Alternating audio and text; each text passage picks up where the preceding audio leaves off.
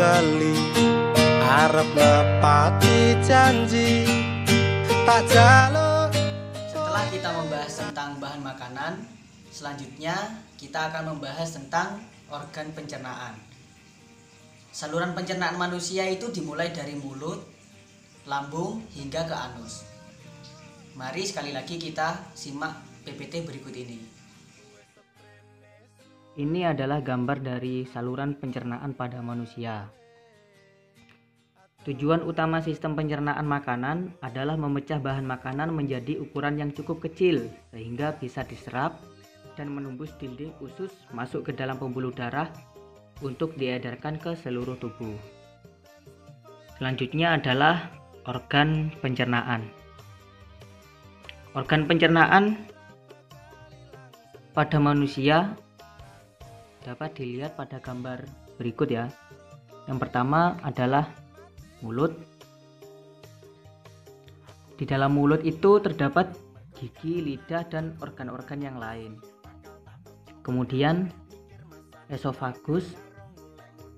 kemudian faring, esofagus, liver atau hati, usus halus, lambung, usus besar, anus, dan lain-lain itu ya.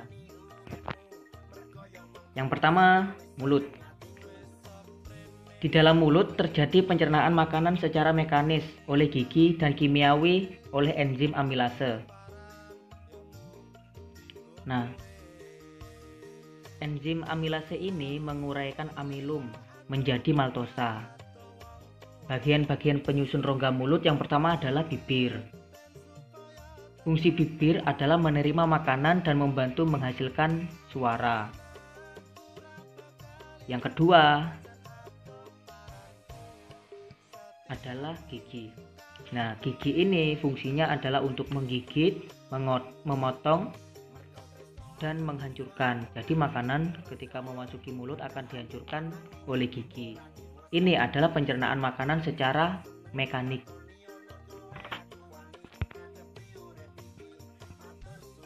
Ini adalah struktur dari gigi, dapat dilihat.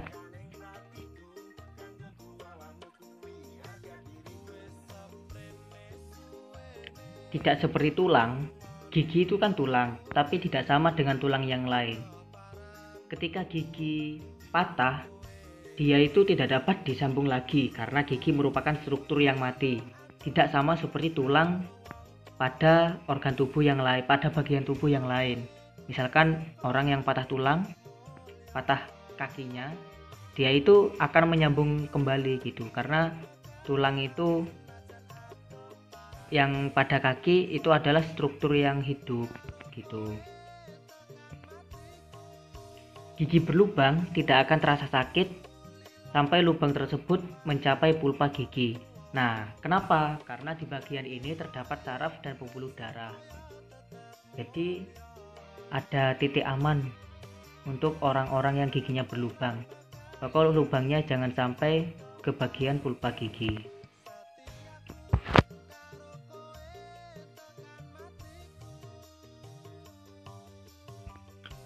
Di dalam mulut itu juga ada lidah. Lidah itu fungsinya adalah untuk menggerakkan makanan. Nah, itu. Kemudian kita lanjut ke lambung. Lambung itu adalah organ pencernaan yang berbentuk seperti huruf J. Kalau dilihat-lihat seperti huruf J ya. Dia itu terletak di rongga perut bagian atas sebelah kiri. Lambung terbagi menjadi 4 bagian ya. Yang pertama adalah kardia. Kardia itu yang berbatasan dengan esofagus. Yang kedua adalah fundus. Fundus itu bagian yang membulat ke atas.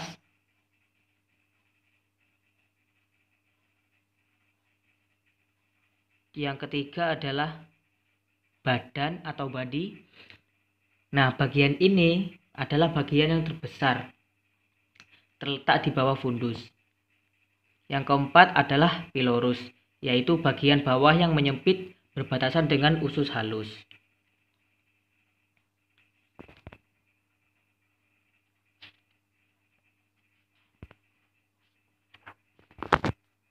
Lambung itu menghasilkan asam lambung atau HCl, asam klorida. Akan tetapi dinding lambung tidak rusak oleh HCl karena struktur dinding lambung yang sangat rapat. Jadi di lambung itu cairan lambung atau HCl itu sangat asam. Lebih asam dari HCl yang ada di luar-luar sini. Jadi ketika kalau saya dulu praktikum waktu kuliah ya, ada larutan HCl yang pH-nya itu asam. Nah, dia itu dapat menghabiskan besi yang dimasukkan gitu. Nah, asam lambung ini itu lebih asam daripada HCl yang ada di praktikumnya saya gitu. Jadi nggak kebayang asamnya kayak apa. Dan nggak kebayang juga lambung itu kekuatannya kayak apa gitu. Sampai bisa menahan larutan HCl yang sangat asam.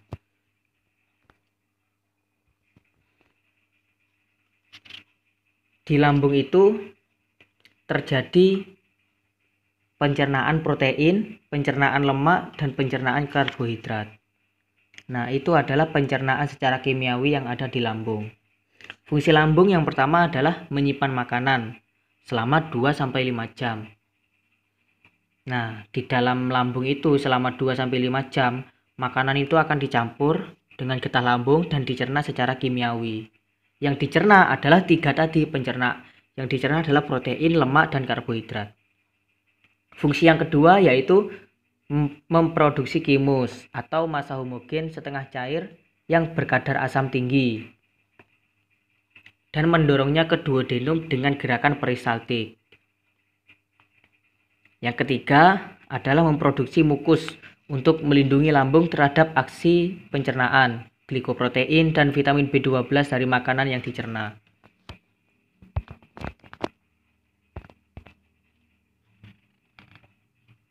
Selanjutnya adalah usus halus. Nah, ini adalah gambar dari permukaan usus halus. Usus halus itu berbentuk tabung yang terletak di antara lambung dan usus besar. Diameternya sekitar 2,5 cm dan panjang 3-5 meter.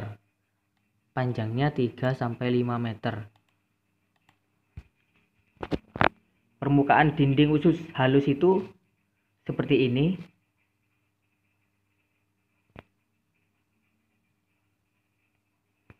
Dia itu membentuk pili-pili.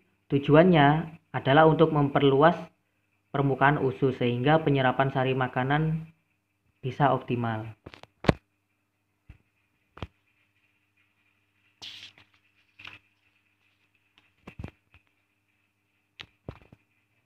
Selanjutnya yaitu usus besar. Nah, gambar ungu ini adalah usus besar atau kolon. Usus besar ini tidak memiliki jonjot usus, tetapi memiliki daya regang yang cukup besar. Bagian-bagian pada usus besar itu sebagai berikut. Yang pertama adalah sekum. Nah, sekum itu merupakan kantong tertutup dan memiliki appendix vermiform atau umbai cacing. Yang kedua adalah kolon. Terbagi menjadi kolon menanjak atau ascendant, kolon melintang atau transversus, kolon menurun atau descendant, dan kolon sigmoid yang membentuk huruf S. Ketiga yaitu rektum.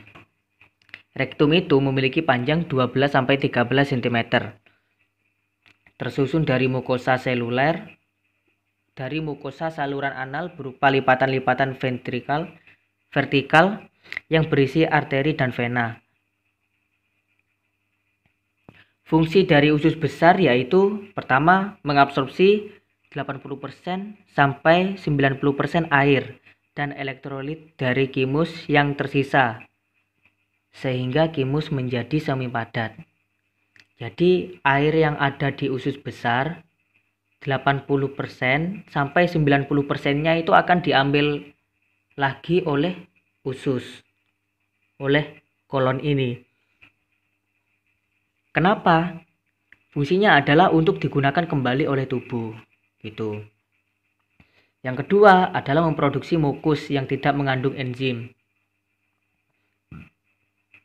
Ketiga, merupakan tempat bakteri yang mampu mencerna sedikit selulosa dan memproduksi sedikit kalori, serta menghasilkan vitamin K, riboflavin, tiamin, dan gas.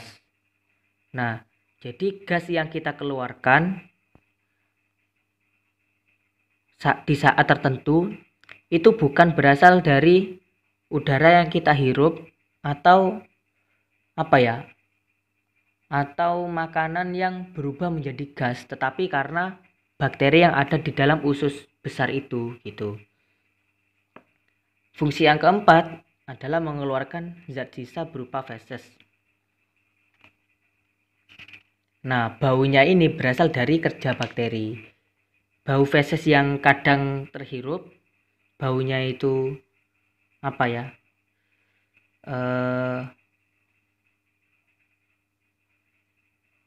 bau istimewa itu asalnya adalah dari kerja bakteri, gitu.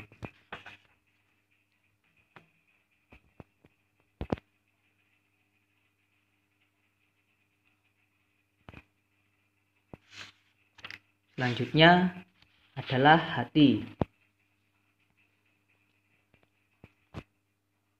Hati menghasilkan empedu yang kemudian disimpan di kantung empedu. Kemudian jika ada makanan yang masuk ke lambung, ke duodenum, empedu ini akan dituangkan ke duodenum dan digunakan untuk membantu pencernaan lemak.